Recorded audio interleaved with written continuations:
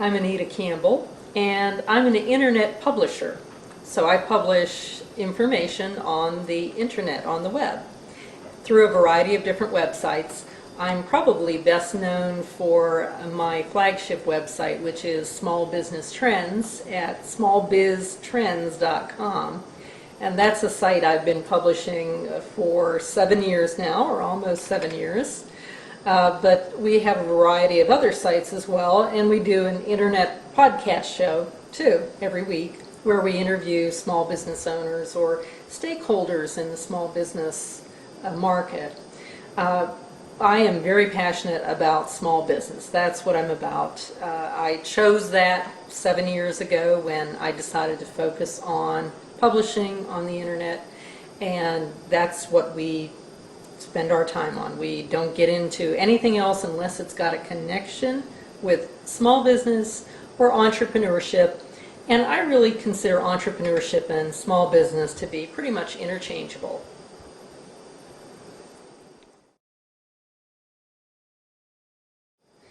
I think it's so important today to be entrepreneurial in your attitude, no matter what type of role you have. Whether you are employed by someone else, whether you work in government, whether you are self-employed or you run a small business, whatever it is, I think that's an attitude that flows through everything that you do. And what it says is that you take responsibility for your success or failure. You're not looking for handouts, you're not looking for bailouts. You know, that's a term we hear a lot these days. It's really just about, saying I'm going to do what I can do to control my existence and put myself out there and be as successful in a business context as I can be. And so, I think that that's what's made America great and continues to make America great. And so when you have that attitude, you are willing to try new things. You are willing to innovate. You don't run scared. And that's so critical. So I think that we all have to have that kind of attitude, and I think there's a lot of it going on. There's really a hidden economy today of entrepreneurs who are working at a variety of different businesses that they have. And today we're lucky these businesses can be very small in footprint, but they are very big in their economic impact. And it doesn't have to do with jobs so much, it has to do with putting business out in the stream of commerce. It's about buying services, buying products, selling products. And those are the things that have an economic impact, and I think that we need to be thinking about doing this at all times as business people. And like I said, that's what makes America great, and I think that that's the key to success in the business world for so many of us. So no matter what you do, adopt that attitude. Take it as something that you're going to approach life in your business that way. Well, the last 7 years on the internet have been a sea change, if you will. I can't emphasize enough the importance that social media has had on what we do. People talk about this a lot. There's a lot of hyping going on, and people are enthralled with it. But you know what? Even if you strip that out, it's still extremely important. And what it has done is it's opened us up to broader networks, broader connections across the world. And it's let us move away from being stuck to geography. Even if we have primarily a local business, we can make connections, develop business partnerships, get clients and customers from a distance. It used to be that small businesses followed a pretty certain approach to growth. You would start out locally, and then once you got a foothold and some success there, you might expand regionally. and then you would get success there, and then when you were really successful, you would go national and then international. Well, now you see a single person business leapfrogging all of that and going international from day one. Literally, that's possible today.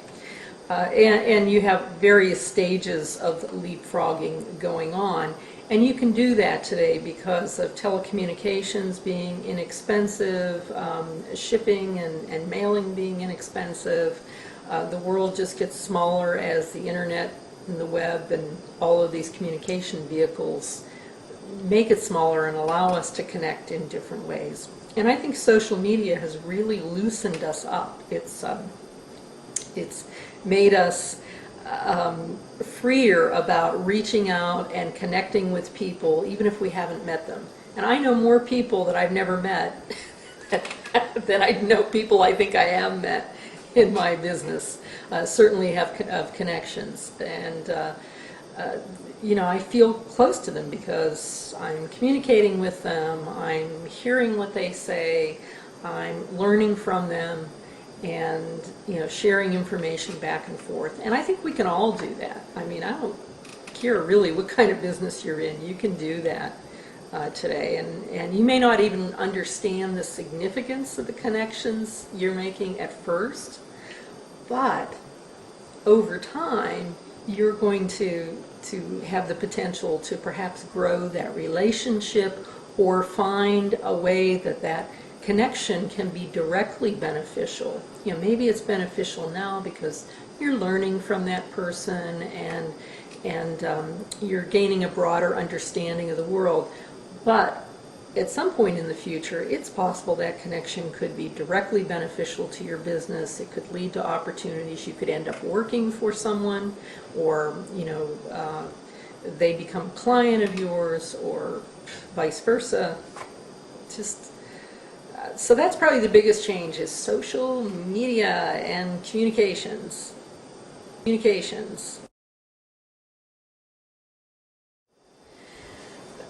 I see that there are more and more opportunities for small businesses and entrepreneurs, including opportunities for my business. And I speak with so many people who say, I have so many opportunities.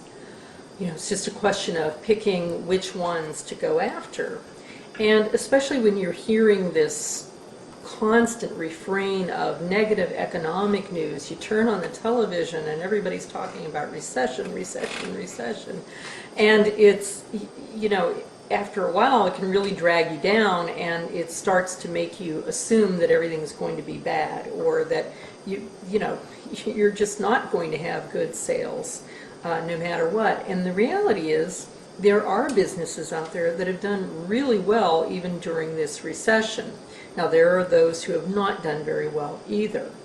And it's very hard to generalize, and you don't want to generalize because you do have people in these varying positions. But I think that there are a lot of opportunities out there. I think that enterprising entrepreneurs and small businesses will focus on niches and look at a narrow niche that is not being filled today. So instead of thinking about a very broad market, let's say you are in the business of selling knitting supplies and yarn.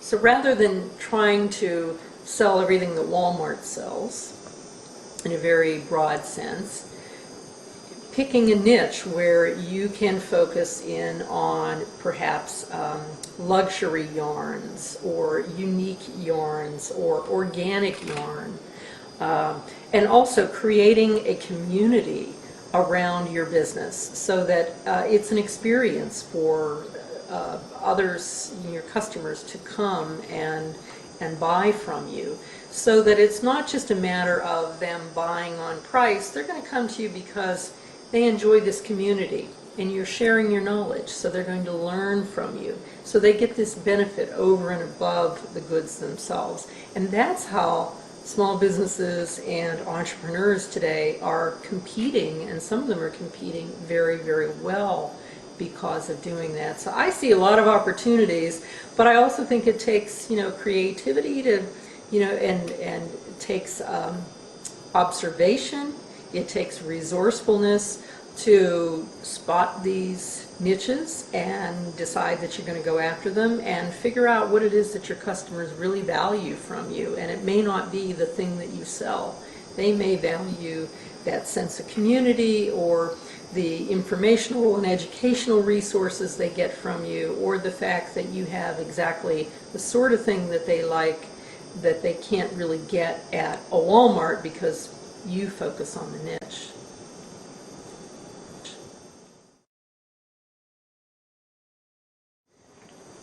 I spend a lot of time looking at trends as they relate to small businesses and entrepreneurs, and we're looking at them from an anecdotal standpoint and just from a sense of listening to faint signals, what's going on out there, what is changing, and things that don't always get picked up in official government statistics, for example.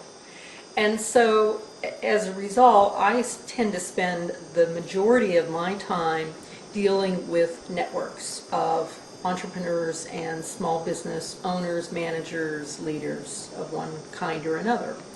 And there is a lot of sharing going on, a lot of networks among entrepreneurs and small businesses, in large part because when you work in a small business, you don't have a lot of people around you that you can draw on as you might have in a large corporate setting. And so you tend to look externally a lot for education, for information, for identifying resources or vendors, for moral support, and just for sociability. And particularly small businesses and entrepreneurs who work out of their homes, and there are so many of those today. So by one set of figures, 12 million. Other estimates have it as higher than that, but it's in the millions, in the double-digit millions. So that's a lot of people who are working in a very isolated setting, and I think that's in part why social networking and social media have caught on, because it's a way to reach out even though you're working by yourself, like I am in a small corner here. But I feel like I'm reaching out to the entire world because I have my internet, I have Skype, I have my cell phone, I've got a variety of different ways to reach out, and I see that a lot with small businesses. So we tend to look at these networks, we participate and we're in the midst of them, and we see them going on.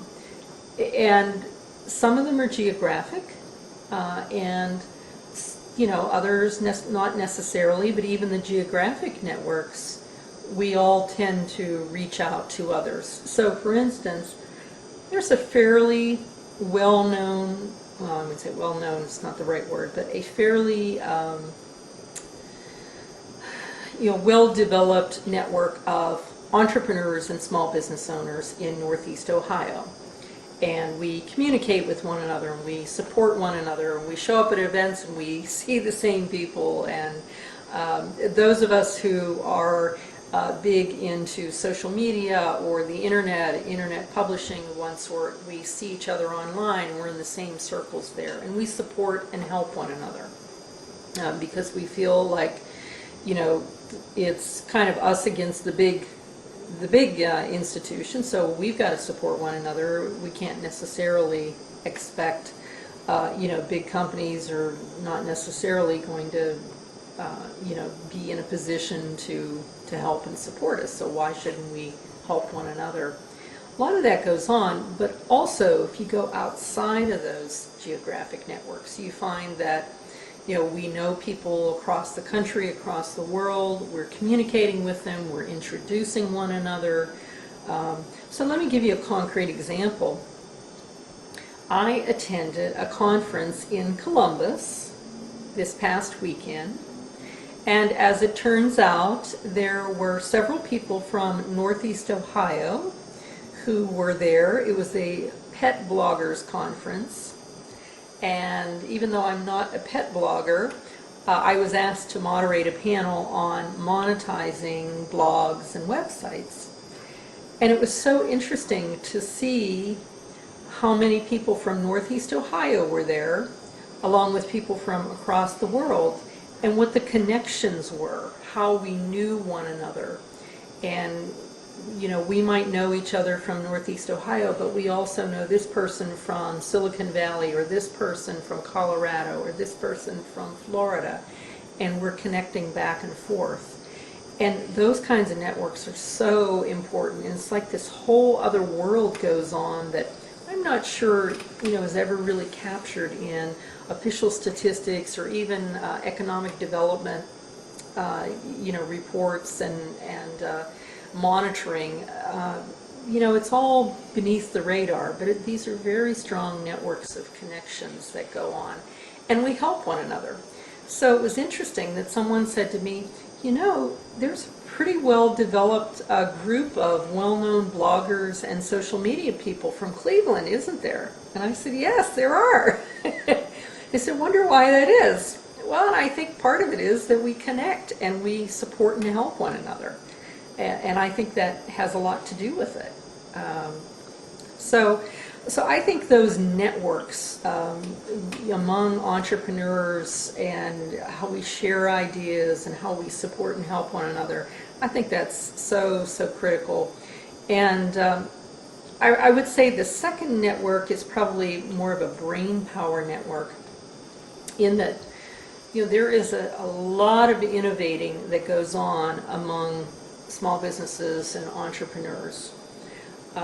And if you look at some of the technology that's out there, in certain areas, it's actually being driven by the small business market before the larger corporate market jumps on it. And that was very different a couple of decades ago. Technology used to be so expensive that it always started from government or very large corporations, and then only after a period of time would it become inexpensive enough that it could be scaled down, maybe a light version made for the small business market.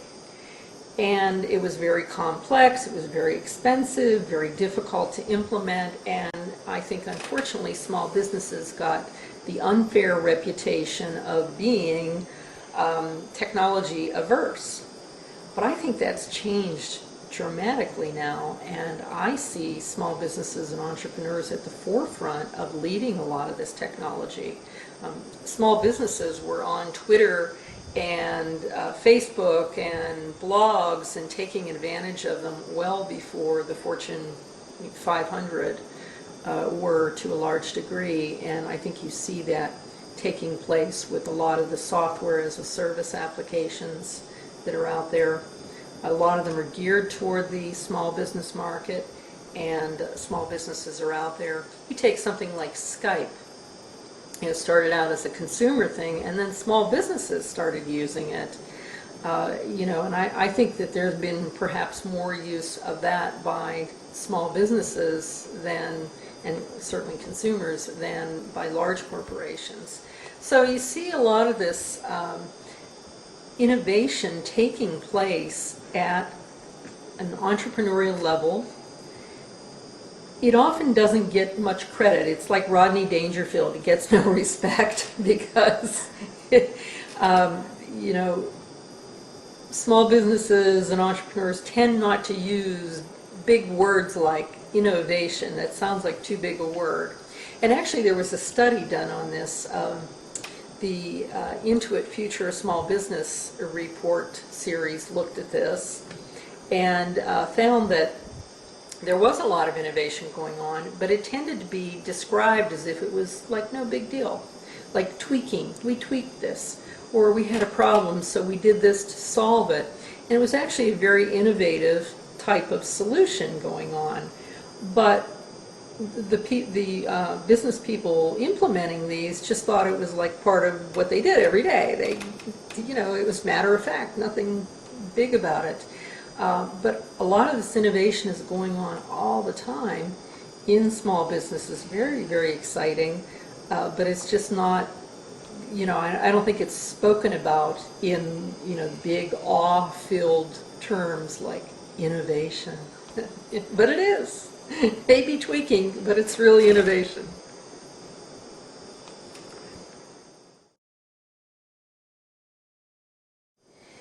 Well, another area that I do focus on is branding. And had you asked me 10 years ago if branding was an important issue for small businesses and entrepreneurs, I would have said, well, yeah, it's important, except that most of us can't afford a branding campaign, so it's really out of reach. But I think that's one of those things that has dramatically changed, again, because of the web and because of social media taking hold and opening up worlds and doors for us.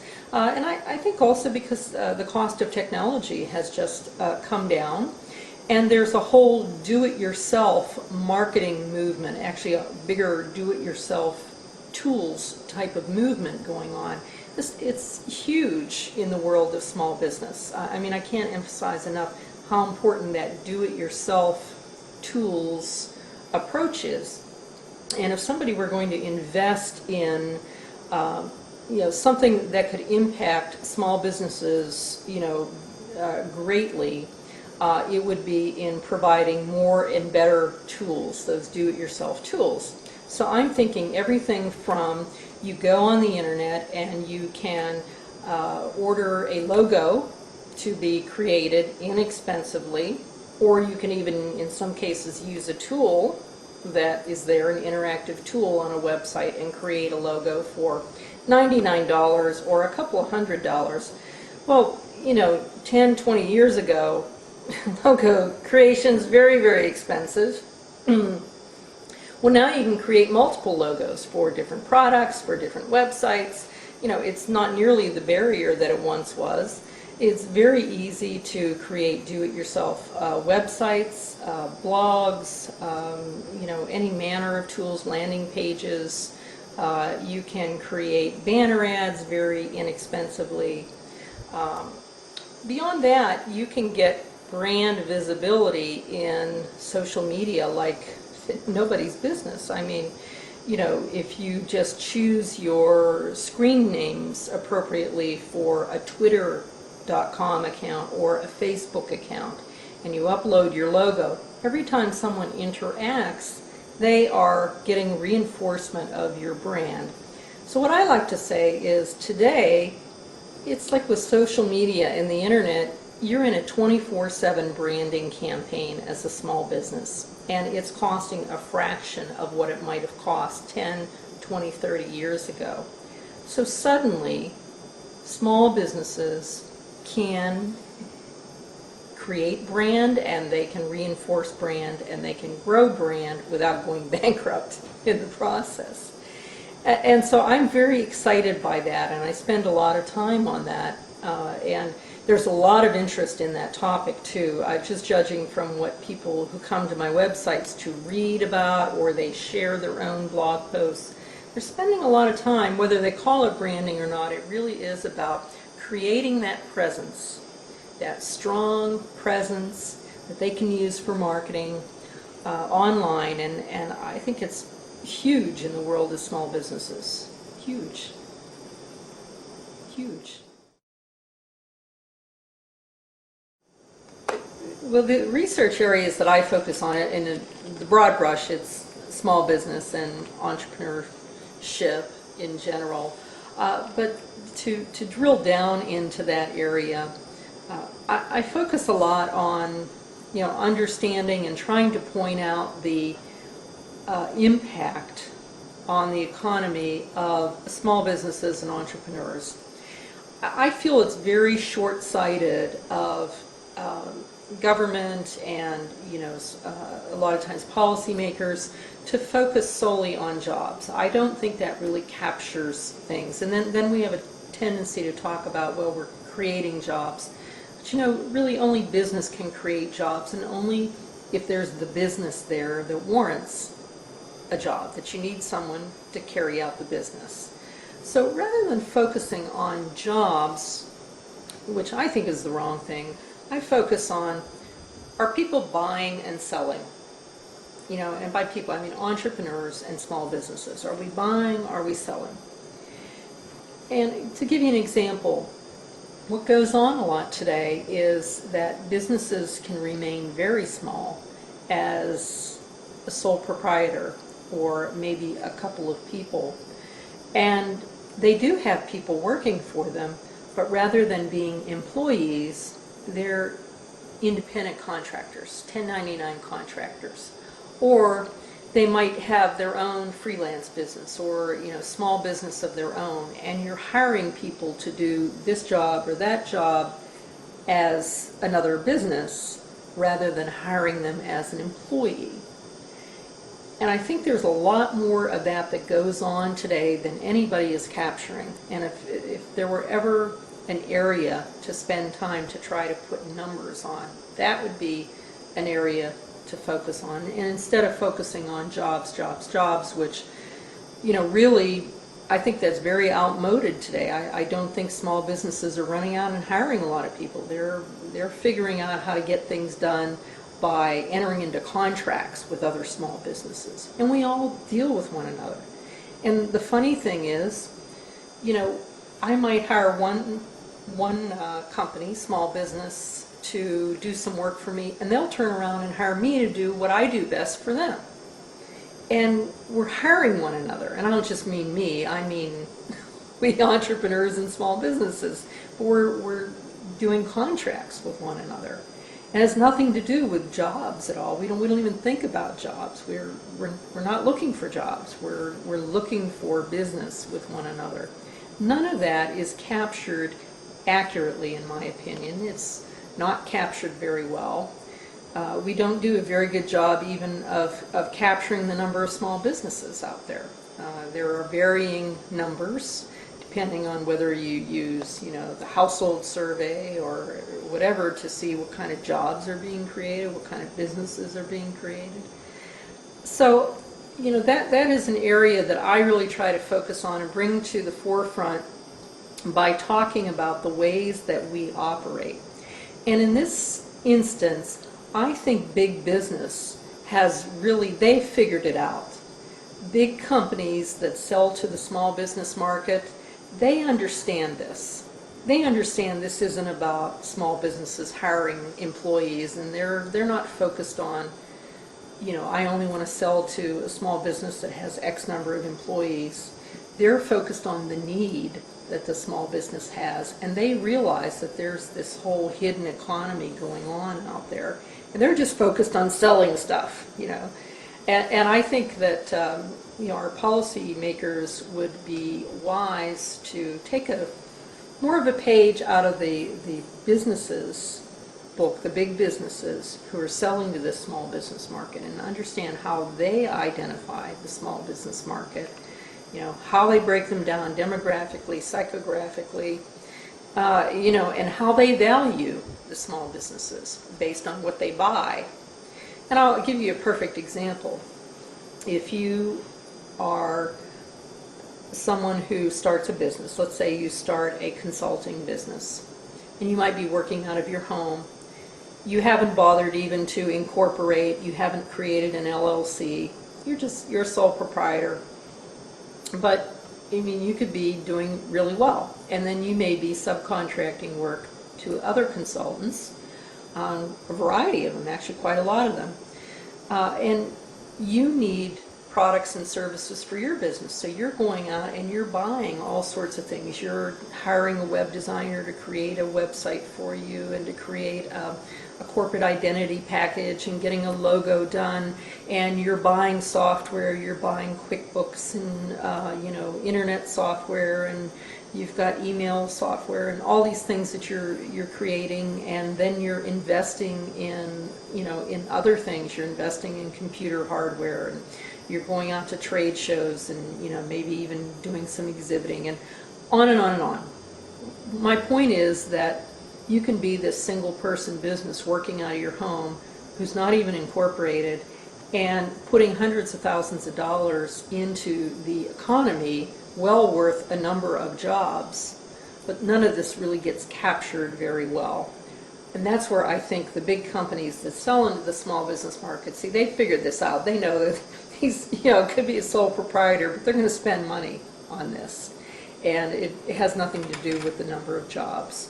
So I do tend to focus a lot on, looking at that type of thing that's going on out there, that type of way of operating that I think is, it's really quite common, but it's not captured in official statistics, and I would like to see more attention put on this too. I would like to see people take a bigger view of the value of entrepreneurship. And it's not about high growth companies either. It's a lot of this is being done by individuals working out of their homes who are doing quite well, thank you very much.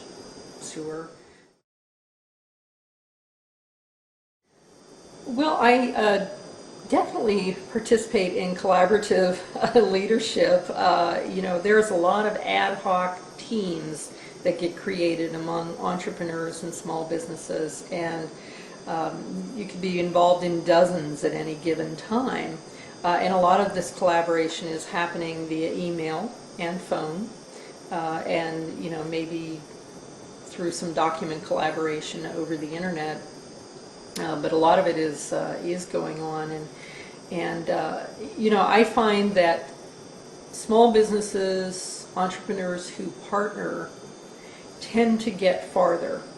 We are stronger when we stand together, and that's why that collaboration is so critically important. But I think it tends to be, more ad hoc. It tends to be less well defined than what you might see in a traditional corporate setting or a university setting, where you might have people with defined titles and defined departments and defined roles doing things, whereas I think entrepreneurs are much more fluid and moving in and out of this, and you might be together working, collaborating with someone for a short while and then not collaborate with them again because you just worked on a particular project or you wanted to get something done. And it could be something as simple as, we see a lot of people coming together for conferences, small business conferences. And so while you're organizing that conference and the speakers are coming together, there's a lot of collaboration until you get the conference done, and then it's over and done with. Or you see that a lot when it comes to participating in guest blogging or something like that online. You have a little team and you're collaborating on something, and then when it's over, it's over. Or it may happen from time to time, but it's just a very loose type of working together. And I think it suits small businesses very, very well. It's just a really powerful way of expanding your reach as a small business. And I would urge every small business entrepreneur, find someone to partner with, even if it's just very loosely. You don't have to be an official legal partner, but get together on some things, because it's tough when you're the sole person out there. You can't accomplish that much because you're limited in the amount of time that you can spend on things. You don't have enough mind share. You probably don't have all the skills that you need to accomplish everything. So the more that you communicate and work with others, collaborate on these little loose partnerships here and there, the more you can get done, the bigger footprint you can have in the world, the better branding you can have, the better more well-known you become. So.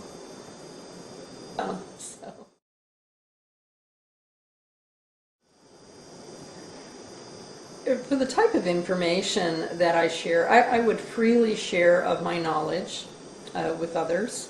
I would certainly share of pointing out resources, even provide resources, if it's a matter of a presentation that I've done or something like that. I've been very much known to say, hey, feel free to use it. If you can use it, download it, and just give credit where credit's due. But if you can use this and put it to great use, I'll be very, very happy to have you do that. And I think there is a lot of that collaboration and sharing going on today, even among those who might be considered competitors. I mean, if you look at what I do, you could say every one of the millions of small businesses who are out there writing a blog or a competitor of mine, but I don't view it that way. I view it as, we're all in this boat together. We're sharing information, and we need to share information. That said, I do think it makes a great deal of sense for small businesses to think about what they're revealing in this world of social media. You can be too open, and you can be too open in the sense of signaling to your competitors things that you really should, that have to do with the way you run your business. And those are things that as business people we should keep to ourselves, because we work hard to create our business. Why do you want to really tell the world everything about how you run your business, or everything there is to know about your business? That doesn't mean you're at odds with anybody. It just means know where the line is. Know that sure, you can help someone, but there are some things, statistics about your business performance, better kept internal. If you have a proprietary know-how about how you accomplish your business, some specific business processes that you've developed through a lot of blood, sweat, and tears, and probably a lot of pain and money that you've spent and time that you've spent. That is the essence of your competitive edge, and it shouldn't be revealed. It shouldn't be revealed easily. So just know where to draw that line. I would also say personally, way too many people are revealing way too many personal things out there on the internet. And it's everything from revealing your birth date, which you never want to reveal your birth date because it can be used for identity theft, certainly not social security number. But it's other things too. It's bad behavior that we just sort of put out on like a clothesline, like we're hanging clothes to dry. Just because you can say something negative or whine and complain on a social media site doesn't mean you should. You have to think about, what is that saying about you as a small business, as a business owner, as a professional, as an entrepreneur. I've even seen people complaining about clients on social media sites, and I'm thinking, why in the world would you want to do that? Because if I'm a client, even if you're not naming the client, I'm going to be sitting there wondering, are you complaining about me? So I would just say that we all have to step back and think about how much are we really revealing here, and some things are just too much information, TMI. Don't reveal them.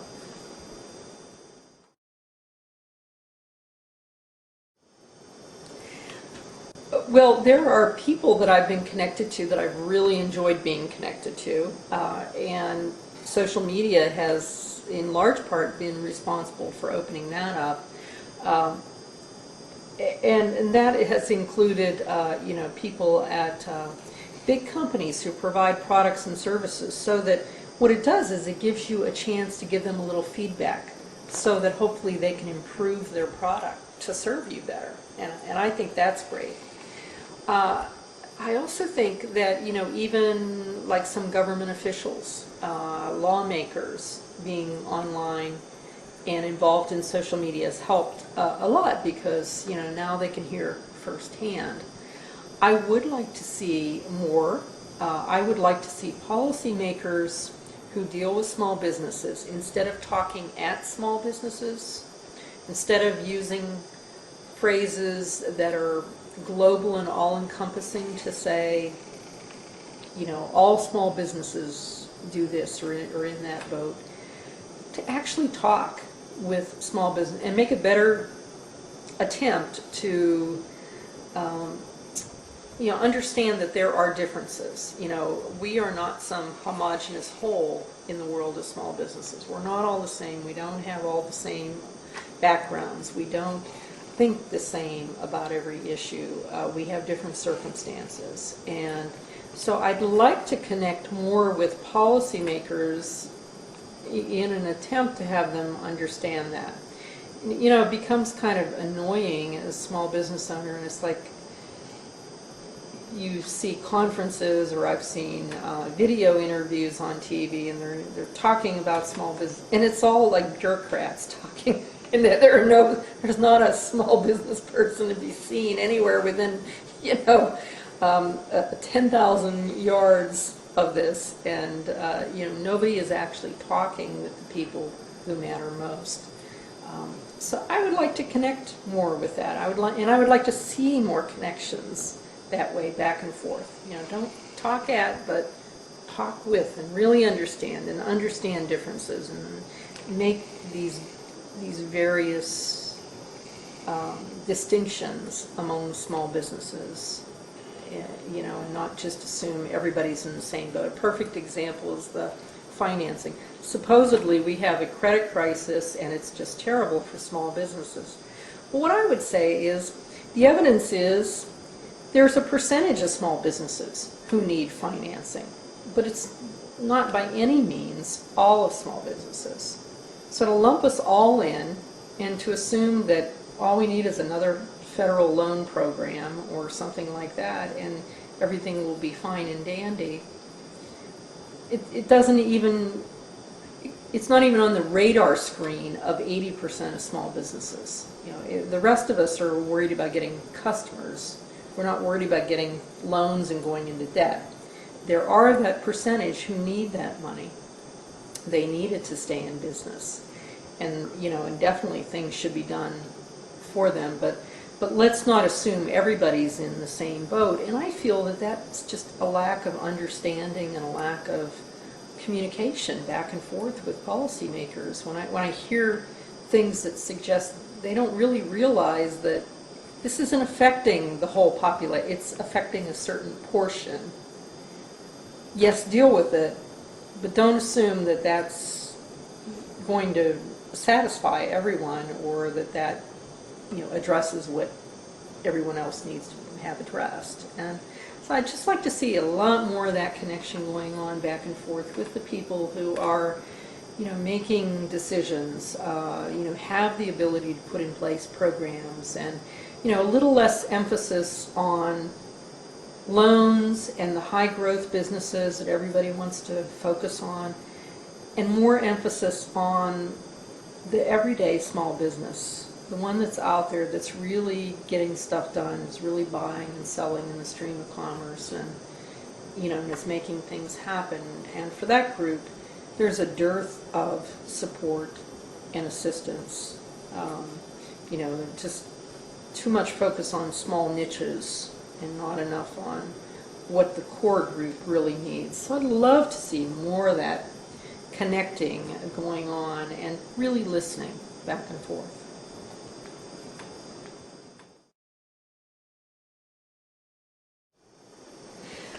Well, the networks that I focus on are networks of other entrepreneurs and small businesses, and I think those work really well. I think we figure out how to get together with one another and communicate, and we find common interests, and through those common interests we make connections, and I think that that's really been beneficial.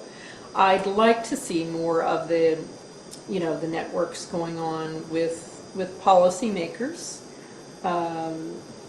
and with perhaps like senators, those who are in charge of keeping these statistics, so that we get a really good view of what small businesses look like, and what would really support small businesses. I would like to see more.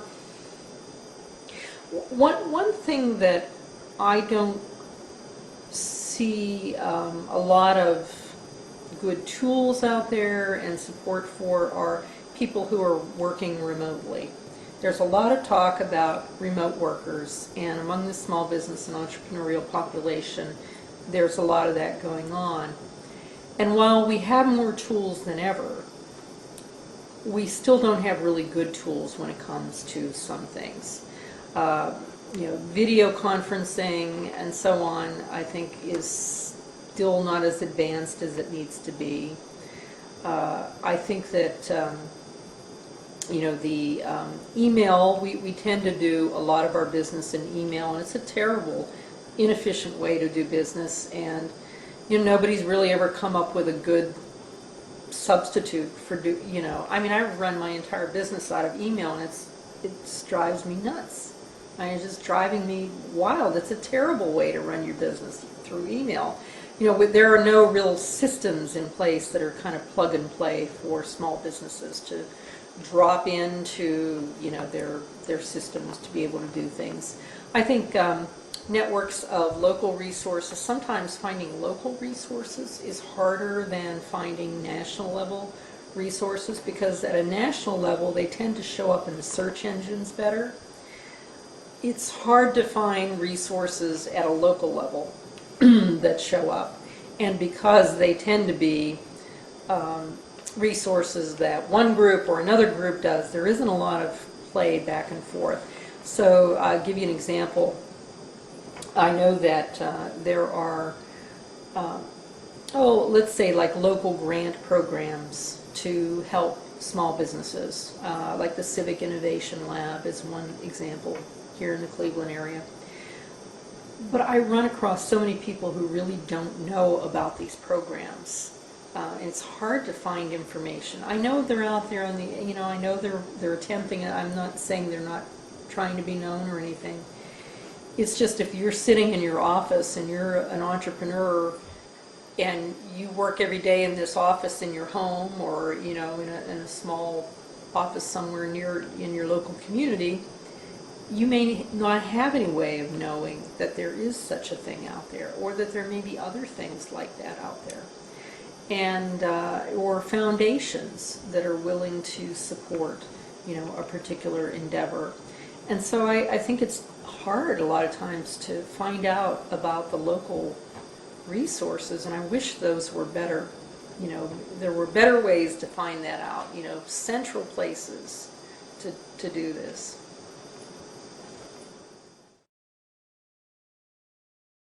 So the next frontier. All right, the next frontier. I'm committed to online internet publishing. I think it is getting harder in one sense, but I think there are other opportunities. It's harder in the sense, a couple of things are happening. One, more people are publishing online. If you just look at blogs, for example, and how much content is shared on video, on social media sites, a lot more of that today than ever before, and certainly more than when I first started out. Also, there are some big companies out there that have gotten very good with technology at scraping content, or they actually get people to create content for ridiculously low amounts of money, and it's very generic content, but it's made for search engines content, as I like to say, and so you're competing against that. So that's kind of the challenge, but I think the opportunities are that if you stay out there and you stick with it, if you are persistent and you work at it, you can develop a foothold that you can grow from. And once you have developed a core following, a community, if you will, you can grow that and you can build on that. And so that's what I plan to do, is to build on what I've done. So one of the things that I did is I bought a website last year to add to my portfolio called Biz Sugar. And with Biz Sugar, it's a different approach from Small Business Trends. It's a way for people to share their own content in one site, one website, and it expands the reach to be able to serve those who might not necessarily want to read all of the content that is on Small Business Trends, but they want to share with the world or find other sources of content. And they can do that at a site like Biz Sugar. So we're constantly looking for opportunities, niches that we can go after, all related to small business information, entrepreneurial information, but ways to, to grow and to grow our reach. We also think about content as not just being on our own websites, but as content that we put out there in feeds and that is available at social media outposts around the web. So when I go on Twitter, I view that as publishing information. It just happens to be really short, little information in 140 characters, but it's putting information out there, and it's also building networks and connecting. So, I just see building off of what's already there. I think the biggest strength that entrepreneurs and small businesses have is what they know and what they do now. And I strongly believe that if you focus on what you know and what you do now, that's an asset you can build on. And you don't need to go off on something completely different.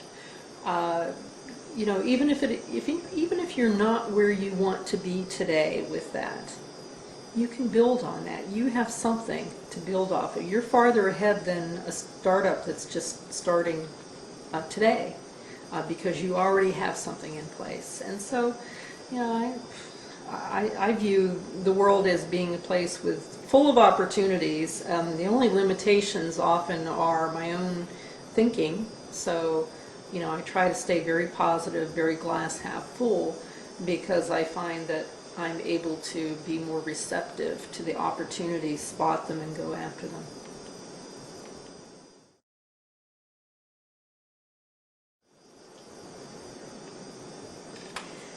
So I look at the world as a whole to identify insights, information, whatever I can learn. I do a lot of reading on the internet, and I just think it's wonderful because there's so much information there. But I must say that I also get a lot from reading books. And we actually have a feature on Small Business Trends where every weekend we do at least one business book review, small business book, or something that appeals to small businesses. And some weekends we do two, and we even have done the awards now 2 years in a row for best small business books. And it's all focused on books for entrepreneurs, small business leaders, managers, whatever. Just a few of the books that have had an impact on me recently is Scott Belsky's Making Ideas Happen.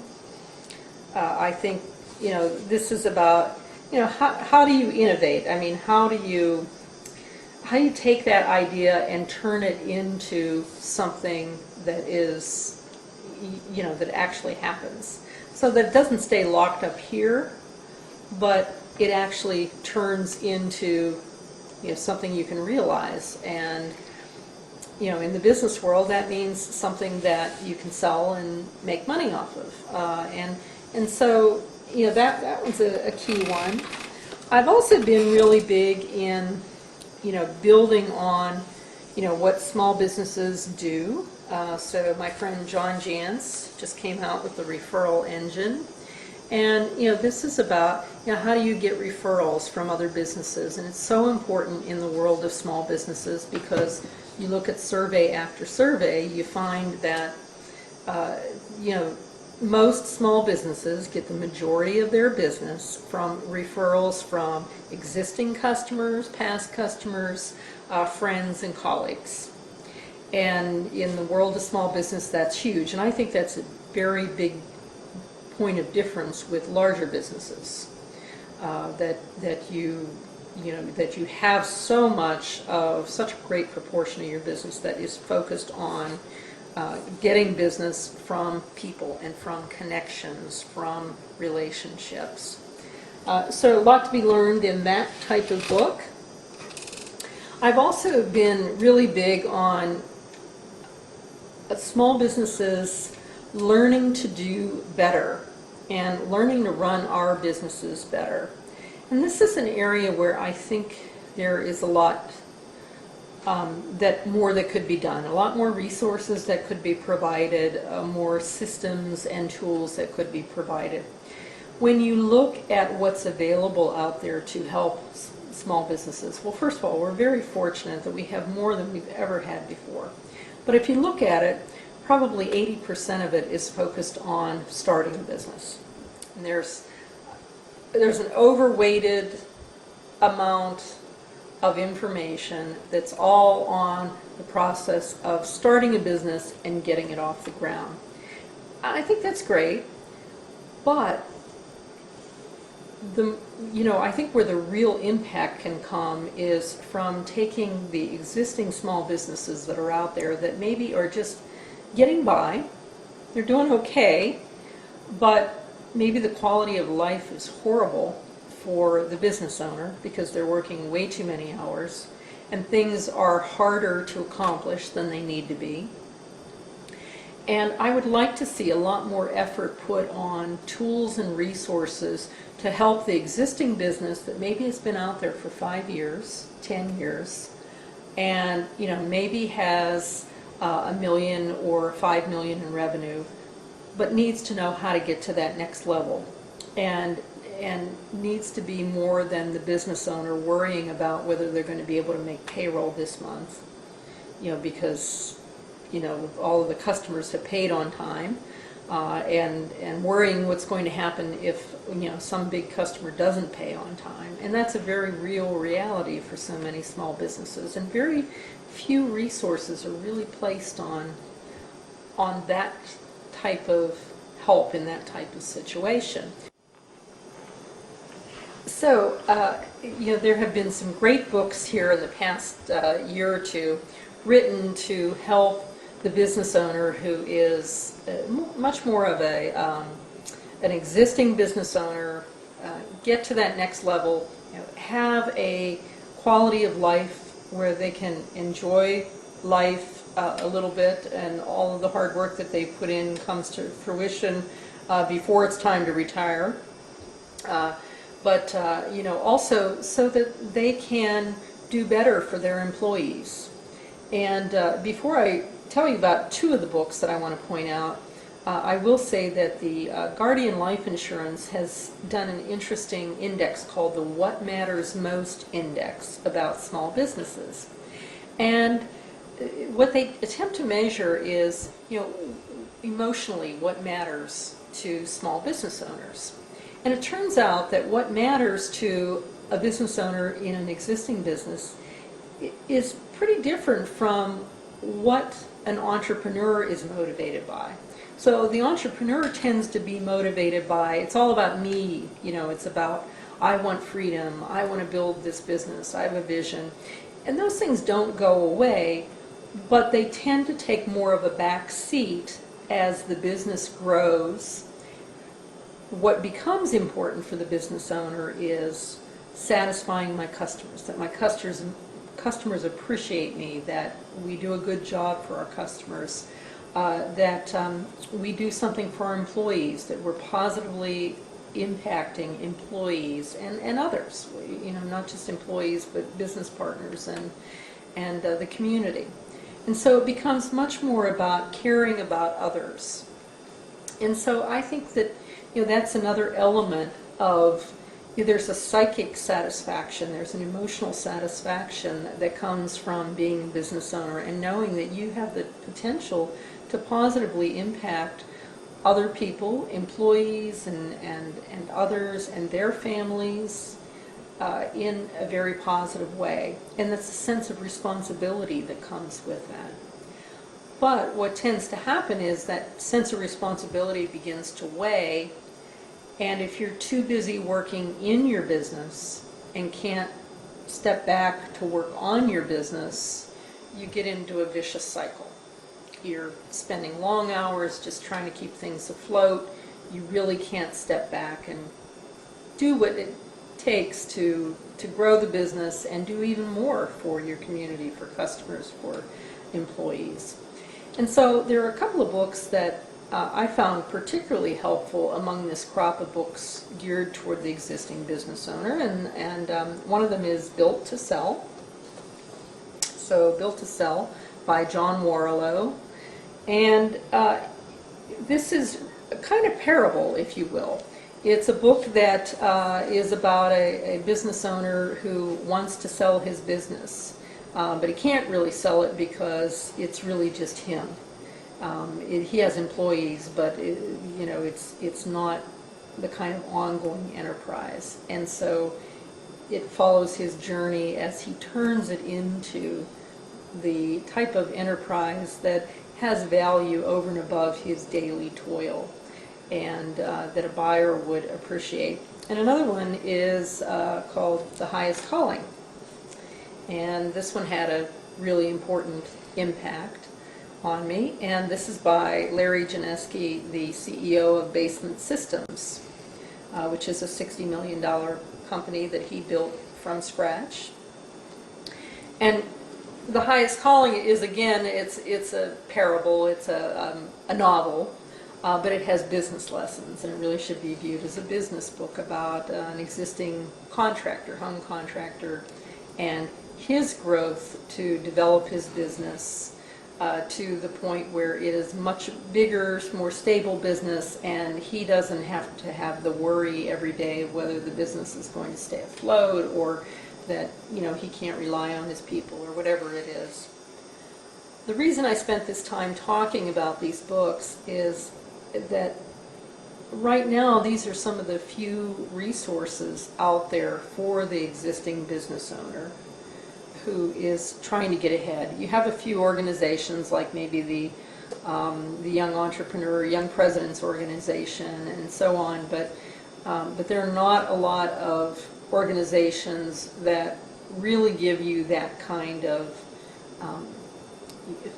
help that will help you overcome the challenges, the very difficult challenges that you have today. And I'd love to see more of our resources on that, more attention focused on that. I think those are really important. That's what I draw on to as I grow my business. I look to books. They seem to be one of the best sources of getting some of that information. And I get ideas from them of things I can change, what I can improve. And of course I draw on people that I know and people that I have come in contact with through my networks. It's very important.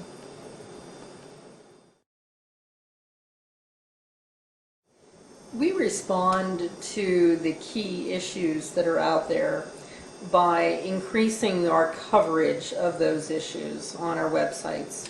So I've actually engaged freelance writers to have certain beats, if you will, so that we approach some of these issues more from almost like a grassroots standpoint. We try to focus on what's not being written out there, and less politically oriented coverage.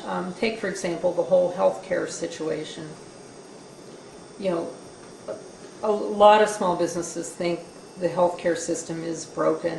It's been broken, but small businesses are not in the same situation. We all have different situations, and it varies depending on size and even location and so on.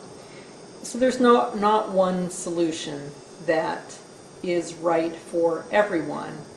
And unfortunately, I think the very sad thing is we have not been able to get reliable, unbiased information, and from either side of the house. And I think that's extremely unfortunate. I think that the cost in taxes and other costs of what this healthcare bill that we have will mean to small businesses has not been laid out to us appropriately. Most of us don't even know what's in the bill and how it's going to affect us. And I think on the other side there was some scaremongering going on, and on things that maybe small businesses don't really care all that much about. But I think it's very unfortunate it became so politicized, and we really couldn't get a very clear picture of things. So we actually try to point out things without taking a political bent, and we go to great pains to try to strip out the political overtones. Unfortunately, just about everything is imbued with political overtones when you read it relating to healthcare, and that is an absolute shame. that people are just trying to push a political agenda instead of giving information. But on some of the other issues that are less highly politicized, we also try to get information out there. We try to get resources in the hands of people, small business people and entrepreneurs, whatever we can give them to help them navigate through these issues, help them do a better job at what they're doing. And we listen very closely, and we watch our stats too, and we see what's resonating with people, And sometimes it's not always what people comment on, or it's not always what they tweet about. In fact, a lot of times we look at how many articles were emailed, which is a statistic you don't see very much, but that tells you how much interest people have who may not be inclined to talk about it publicly, but they're very, very interested in it. How many times was something printed off? How many times was an article printed off? That tells us, a lot. So, we really just try to focus on the information, presenting information, and getting it out there to respond to these issues. Out there to respond. My dream is to do some research on the types of issues I've been talking about here today about small businesses. And really focusing in on things like what is the value of a small business at a certain stage of its life to the stream of commerce? How much are they actually putting in the stream of commerce according to the products and services that they buy? Also trying to get a better handle on the number of small businesses out there at early stages, the startups. I fear that our U.S. Census Bureau does not do a very good job. I've seen things where they've been very dismissive, like, well, a lot of these sole proprietorships are just hobbies or part-time enterprises. And, I don't even know where to begin to tear apart those statements and just the assumptions inherent in that are not supported by fact. And I think it just shows a not very good understanding of what the real situation is for entrepreneurs today and how people make money. And it may have a very different look from what someone at the Census Bureau thinks, but it's probably not about starting a manufacturing business. It's probably about dealing in information in ways that may seem very nebulous and hard to pin down, but there are substantial businesses out there that deal with information. Just think about Google. If Google were a small business trying to explain itself to the census, it would probably have been dismissed as a hobby instead of the behemoths that it's become, the most profitable business ever on the planet. I just would like to see perhaps more research done to truly understand the circumstances and the impact of entrepreneurs and small businesses that I don't feel is being captured. And it's not about how many jobs they create. Let's get off of that. There's more impact to the economy than just the number of jobs. Not that that's not important, but it's only one facet of how small businesses contribute to the economy.